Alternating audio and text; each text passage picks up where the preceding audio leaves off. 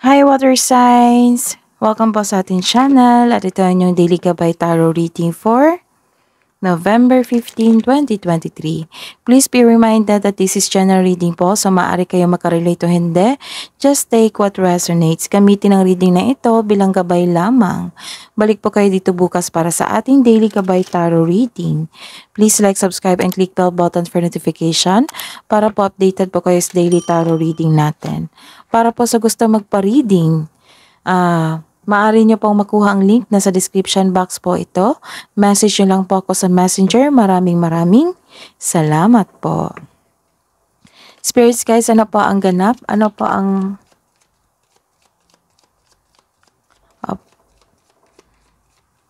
Tiningnan ko yung screen. Kasi lumabo eh. Ayun, okay na. Spirits guys, ano po yung ganap sa araw nito ngayong November 15, 2023 para po kay Cancer, Pisces, and Scorpio.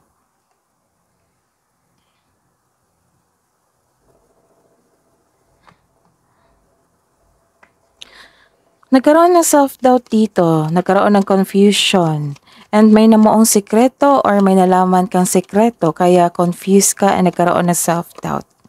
Or nagkaroon ka ng doubt sa isang tao.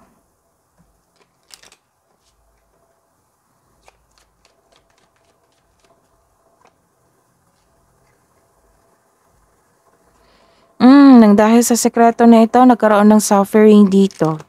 Na-burnout ka, nagkaroon ng burden, nahihirapan ka.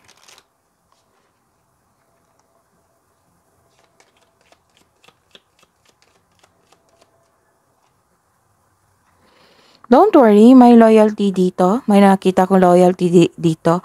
Maaring ikaw ay isang loyal sa trabaho, loyal sa isang tao, or maaring may sumuporta sa inyo. Support. May support po galing sa family, sa isang grupo, or sa isang kaibigan, or sa partner nyo po. May namuong friendship din dito, bagong connection.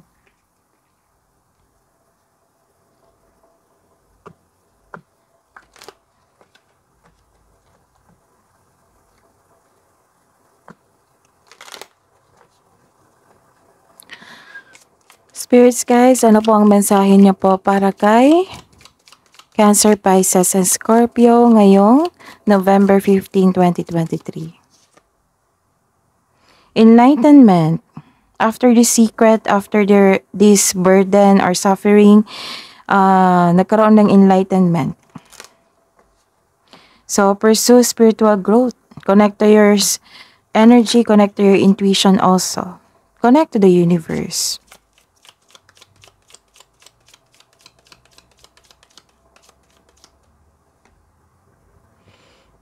Think big for your future. Kailangan yung pagplanuhin yung future nyo.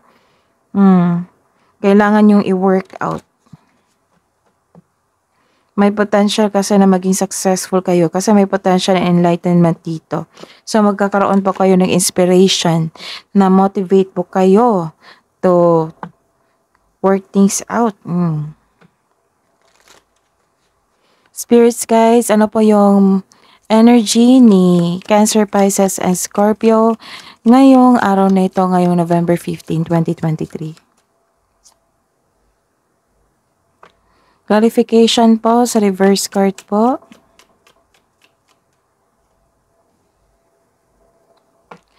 Career and money po ni Cancer, Pisces, and Scorpio. Clarification po sa reverse card. Clarification po sa reverse card. Career and love and romance, self-love, partnership, and romance ni Cancer, Pisces, and Scorpio. Clarification po. Clarification sa card na ito.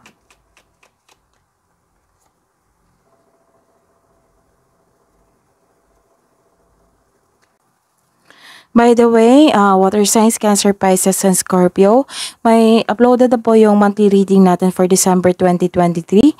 Andun po sa channel natin. Visit our channel and scroll down nyo lang po. Nakaseparate po yung Cancer, Pisces, and Scorpio monthly gabay reading. Oo.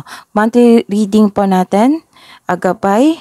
Visit nyo lang po ang ating channel. Sa araw na ito, ngayong November 15, 2023, para po kay Cancer, Pisces, and Scorpio, you have reverse card here. Nagkaroon na kayo ng hesitation sa isang bagay o sa isang tao. Kasi, matigas ang ulo. May kakilala kang matigas ang ulo, very obsessive sa isang bagay or sa isang tao.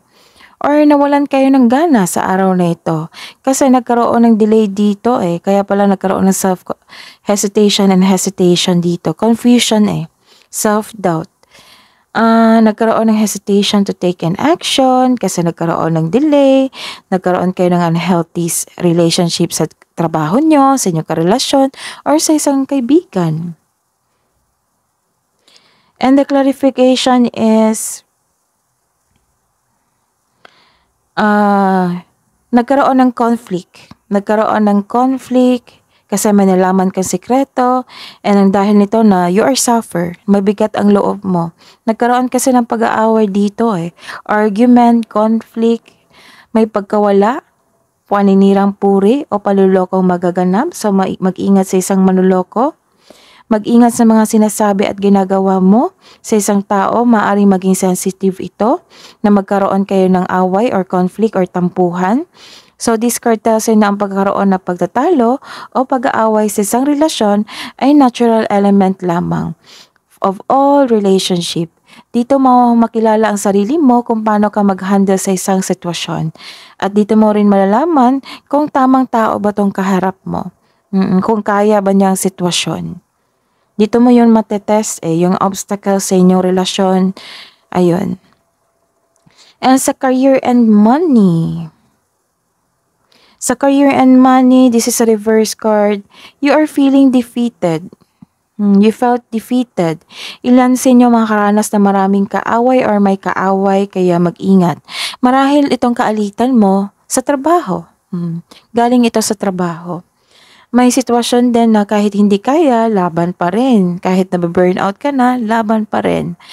Nagkakaroon ng delay talaga dito. 1, 2. Nagkaroon ng delay. Kaya pala nagsasuffer ka dito. Nagkaroon ka ng overthinking. Ayun, nagkaroon ng delay and blockages. So, ilan sa inyo ngayon nagkaroon ng pagkabalisa at pagpahiya. Nagkaroon ng blockages against ang tao sa inyong desisyon. Meron kang nararamdaman na pagkatalo, para bang ang pagtayo sa sarili ay walang kabuluhan, ganun. Nagkaroon ka na ng anxiety. So, make a journal. Yung solusyon, yung nakikita kong solusyon dito is this card tells you na make a journal para it will lead you na maging mahinahon at masuri ang sitwasyon kung ano yung punot dulo sa inyong away or sa alitan. Baka kailangan mong kausapin ang inyong loyal na tao sa inyo. Might be your kaibigan, or kasamahan sa bahay na handang makinig sa inyo. Kasi nababurnout ka dito May dala-dala kang mabigat na pakiramdam. Ayun. So, kailangan mong i-release yan. Kailangan mong magkaroon ng enlightenment. So, the clarification is, nagkaroon po kayo ng generosity kasi may na-receive kayo ng malaking blessings po na money and sa recognition sa trabaho. Ayun, you are sharing your blessings to everyone.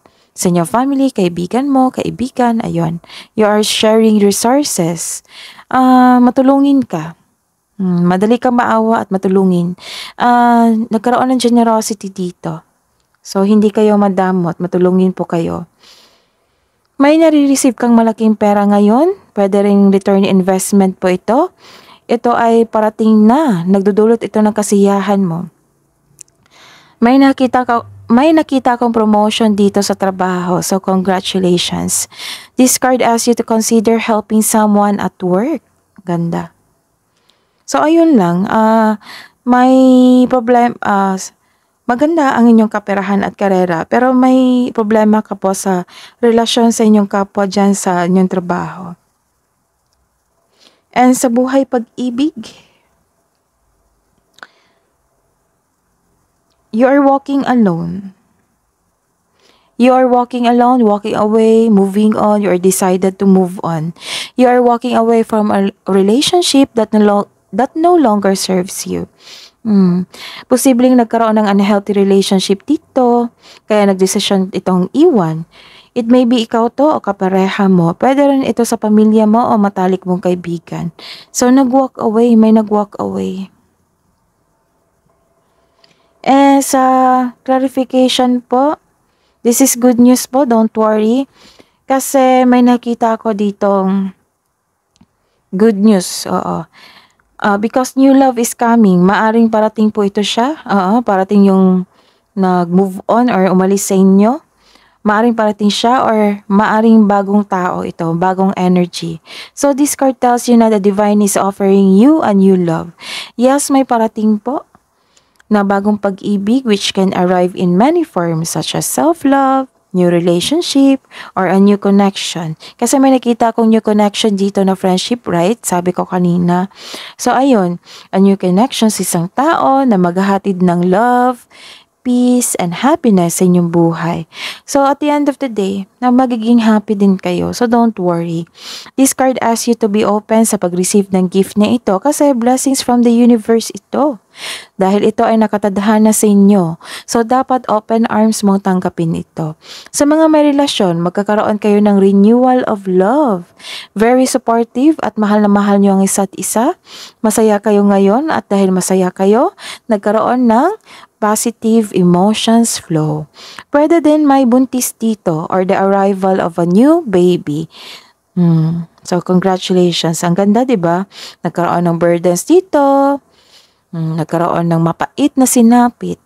Pero you have a supportive friends, supportive family, supportive partner, nagkaroon ng enlightenment dito and potential na maging okay and may potential sa inyong mga gawain na maging successful kasi may successful dito eh.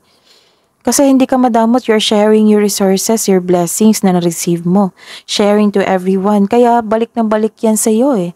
Kung magbibigay tayo kasi, nag-share tayo ng mga blessings na receive natin, babalik din yan sa inyo times 2 times 10. So, ayun. Take this advice na nagkaroon kayo ng success sa inyong buhay, support from friends, family, and nagkaroon ng new love dito, pagkakaayos or dumating na yung nakatadhana sa inyo. So itong mga may kaaway kalitan, challenges lang po yan. Baka may sabi sa inyo sa universe na kailangan pagdaanan niya para may matutunan po kayo. So don't take this challenges as negative. Kailangan talaga na pagdaanan natin ito kasi baka may dapat matutunan pa tayo para sa next challenge alam na natin kung paano to gawin or i-handle. Ayun. So take this gabay. Hidden truth. Anong iniisip mo? Anong iniisip niya?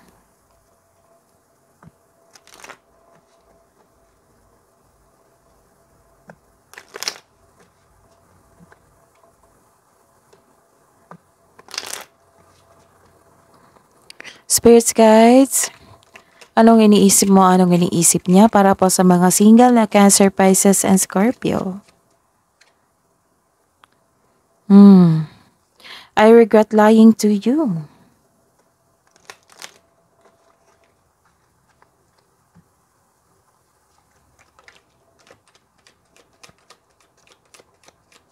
Para po sa mga may relasyon na Cancer, Pisces, and Scorpio. It's time for me to heal now.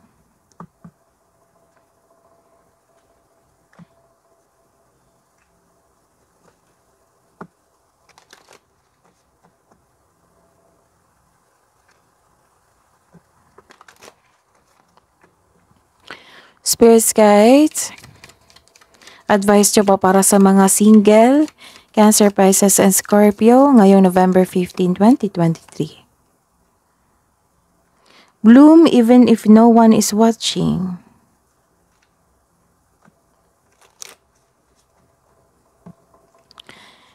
Spirits guides, mensahe niyo po para sa mga single na Cancer, Pisces, and Scorpio ngayong November 15, 2023. curiosity? What sparks your interest? So baka ang message ni universe sa inyo is baka make yourself busy. Make yourself busy and use your passion. Baka ma-relax kayo nito, sa pamagitan nito, ma-relax po kayo.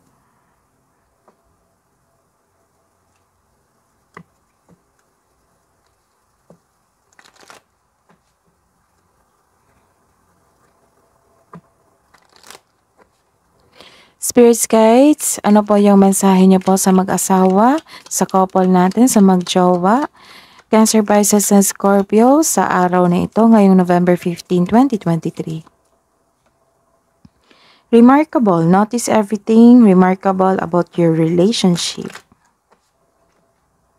Spirits guys, mensahe niyo pa po.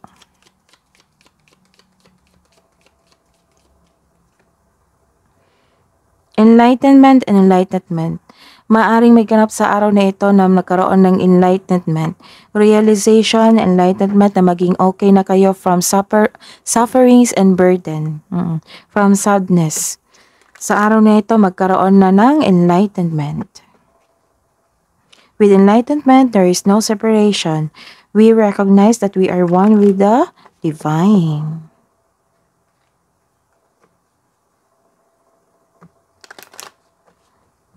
Spirits guys, kabuang advice nyo po para kay Cancer, Pisces, and Scorpio ngayong November 15, 2023. You need a meditation. Improvement require persistence. To connect your intuition, connect to your body, connect to your energy. Ayun. Kailangan mo ng tamang pahinga, relaxation, and magiging kalma. Kasi exhausted ka dito eh. May ganap kasi na argument. So, kailangan mag-meditate to get back on your track. Kailangan mong mag-motivate, magkaroon ng motivation, inspiration to move forward.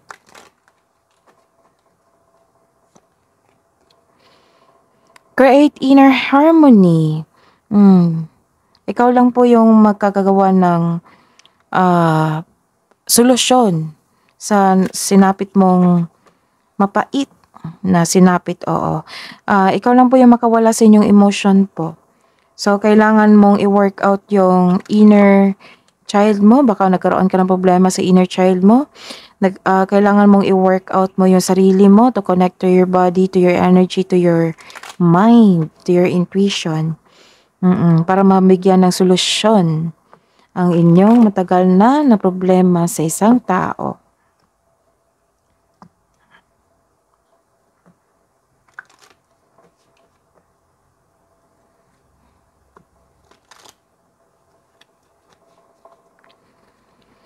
Spirits guys, mensahe niyo po para po kay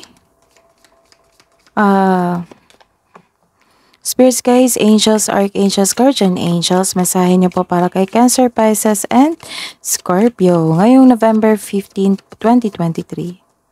Message from Archangel Amethyst. Purify your life with love. Prepare for something better. So may parating pa na opportunity. Wow.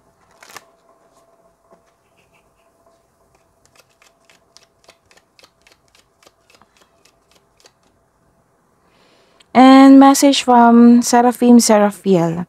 Tune into the divine will, open to higher illumination. That is your reading po. That is your reading, Cancer, Pisces, and Scorpio sa araw na ito ngayong November 15, 2023. Please like, subscribe, and click bell button for notification para updated po kayo sa daily tarot reading natin. Maraming salamat po.